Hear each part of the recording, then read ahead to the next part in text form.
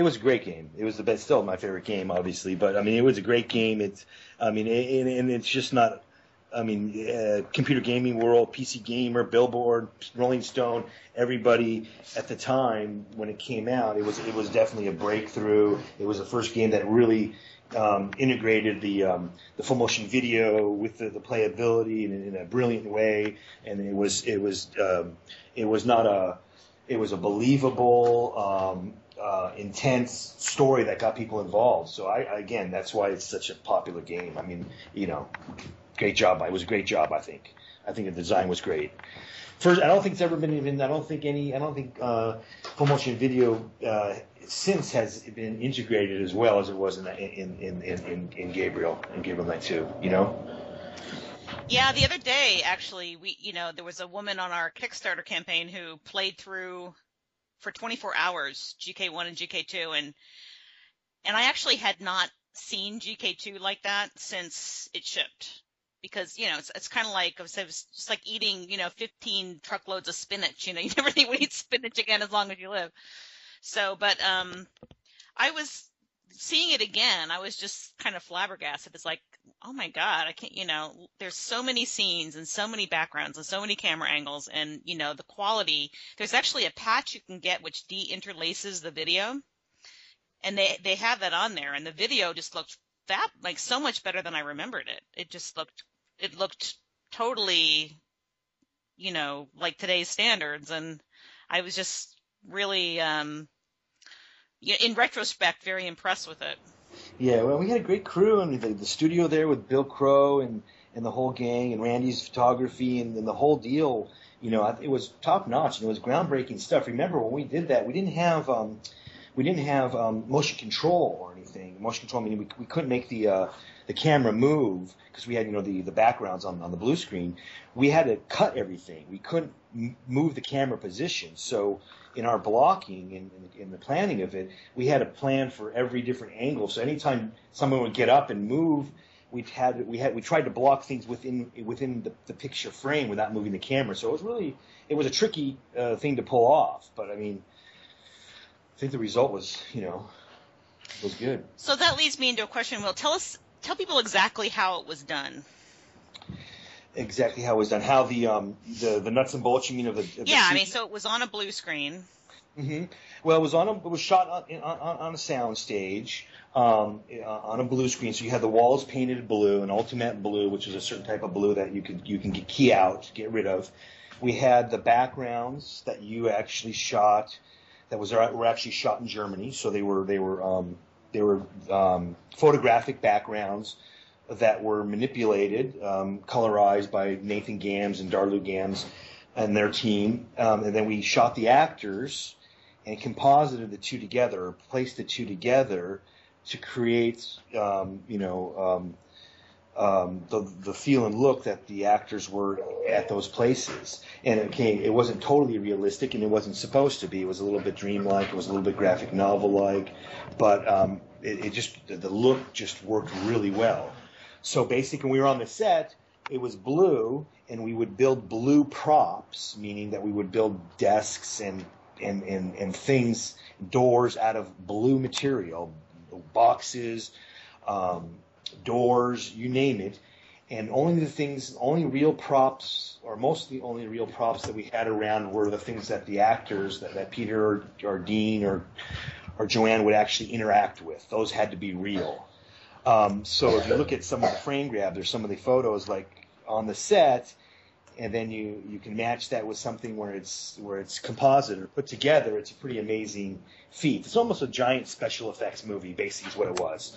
When we had limited access to technology, so we all kind of groundbreaking stuff when we did it. It was the things that we did had never been done before. So now I remember being on the set, and like on your monitor, you could see the background composited with the actors right there, but then on the actual set, it was still blue. Am I remembering that correctly? Well, you would see it. We would be able to line it up with the background, But then once we started shooting, the background would disappear. We would just see the blue. We would see the blue back there. But we had to line things up because the photographs that were taken in Germany were taken at a certain, camera height and angle with a certain lens. So we didn't have all those records always. We had to try to match that. Randy, the director of photography, had to try to match the height and the angles to get everything to look correct. So, yeah. And I want to say that a huge part of that was Nathan and Darlou. You mentioned them.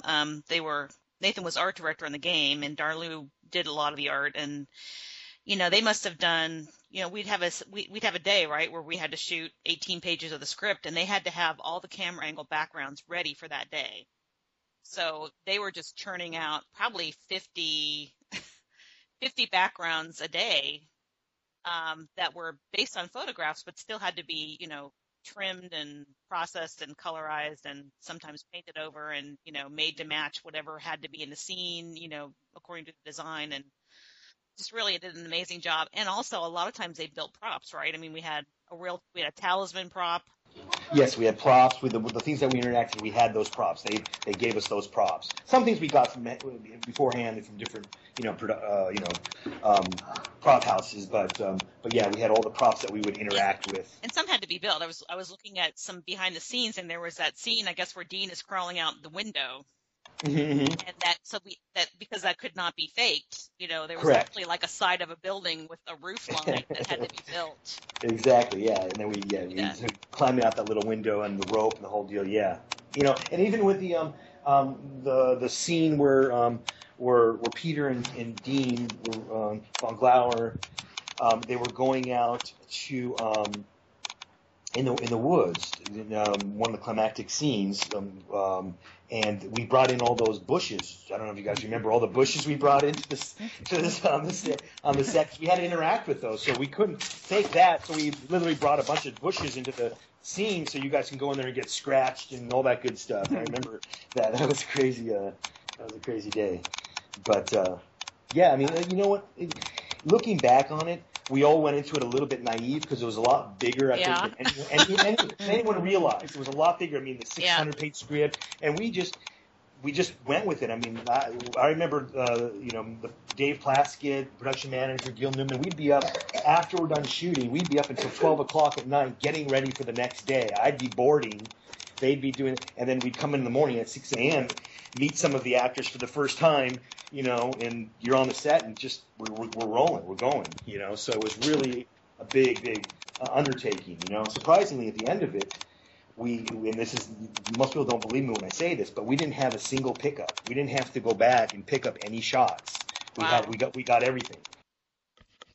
Well, I've thought about this too. I mean, it just goes to show you what attitude can do, because we could have gotten 20 people in there that just would have said, "Oh, you can't do this. This is not possible." Oh yeah. And whether in terms of an actor having to memorize that many pages, or a director having to shoot that much, or just all of the art director. I mean, there's so many people who were involved who could have shrugged and said, "There's no way you can do this," and because maybe there wasn't, but we were too stupid to know that, so we did it, Yeah, no, you're right. You're but absolutely right. I just think that attitude of like, yeah, we're going to do this and it's going to be great, and everyone had that attitude. And yeah, and we just got, and some of it's luck, and we had some great people, some great people involved, and the actors were wonderful, the best were talking, it was just really everything just came together, and the design and the writing, I was just, it was a perfect storm, I think, I really do. If I can add my 2 cents, it always starts with a great script, and not to blow smoke, but it has to be something that is interesting. And when I read the full script, I was very impressed, and I went, okay, this is going to be cool. I don't know how it's going to get done, but it's going to be cool. But Will did an amazing job, and I don't think people outside of the production may not really understand how much he had to do, and how much pressure he was under, and how many moving parts there were, because some of it he was sort of creating on the go. And I know I didn't always see the people behind the scenes, like Nathan and Darlou, as much, but Will kept it together, and it was pretty impressive. And it was just another time in my life when I realized that I never want to be a director. I mean, literally the hardest job in the world, I would think. It's just a miserable job, or it seemed like it. But he kept his cool, and it was, really impressive. Yeah, I completely agree. I mean, like I was trying to say, it's, we could have tried to get 20 different directors, and they just kind of laughed at us, but Will, I mean, especially for the kind of budget that we had to work with, but Will just, he just did it all, and it was fun. It was fun. At the end, all of us, I mean, again, it's a team effort. The actors, if we didn't have such good actors, it never would have happened. I mean, 90% of the directors, job on the set, as far as the acting, you can't make an actor a good actor. We have good actors, you cast well, you have the good actors. The logistics was crazy, but I mean, we had a team, and you just kept going, and everything just fell into place. It just worked out. Maybe the most challenging of it all might have been, Jane, the single most challenging day, perhaps, was the opera. Yeah. That might be the most challenging. Remember flying up to Seattle? Yeah, that was great. That might have been just because of the one day we had on that, in the opera house, and all the whole choreographing and meeting everyone for the first time, and moving camera, and Dean out there on the stage. Remember Dean juggling? And remember that was an insane day. I remember going out and getting coffee. I had to go get coffee for people because we had nowhere to get coffee, and we needed coffee, so I ran out and got some coffee. So see, he was doing it all. Yeah. Cool for you. That was an amazing day. And again, I just watched that again the other day, and I hadn't even remembered that there were like three separate parts of that opera. It was like the first love song, and then there's like the comic part, and then there's that part where, it gets really dark, and it's like, wow, again, just the fact that that everybody had the balls to just pull it off and not go, you can't do this. It's crazy. Yeah, I did not know what we were getting into on that day, but it was, So I wanted to ask all three of you what your favorite scene was. I Peter? was just thinking about it because I'm listening, and kind of memories are coming back, and then I thought about these scenes, and I was amazed actually about the choices and how good the music matched. The feel of the whole story, and somehow while you were talking, the scene, I might say, Dean, our bedroom scene came back. And it looked because it was very steamy in a way, It kind of, you didn't know what was going on between these two guys when I came to you at night, and I was just, I think, checking your, you had something hanging on your neck. Listen, dude, I was just sleeping. All right. I don't know what you were scheming about, but I was just sleeping. What I'm saying is, from watching it later, I thought that scene kind of looked pretty interesting, because you just didn't know what was going on. Do you remember, Peter? Do you remember the scene? God, I can't remember. I'm not sure what scene, but it was a very. You played the scene very, sensual, should I say, with Dean. Do you remember that scene, Dean? But we shot Dean. We shot you first, Dean, because we knew what Peter was going to do, and we didn't want you to know. So we shot your reactions and your part of it, your coverage, Dean, first, and Peter played it more subtle.